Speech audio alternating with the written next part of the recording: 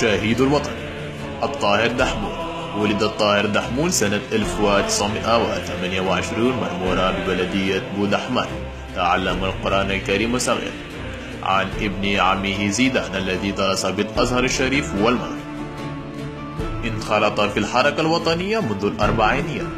أرسل إلى فرنسا منذ عام 1948 في إطار الحركة الوطنية، ورجع إلى الجزائر سنة 1954.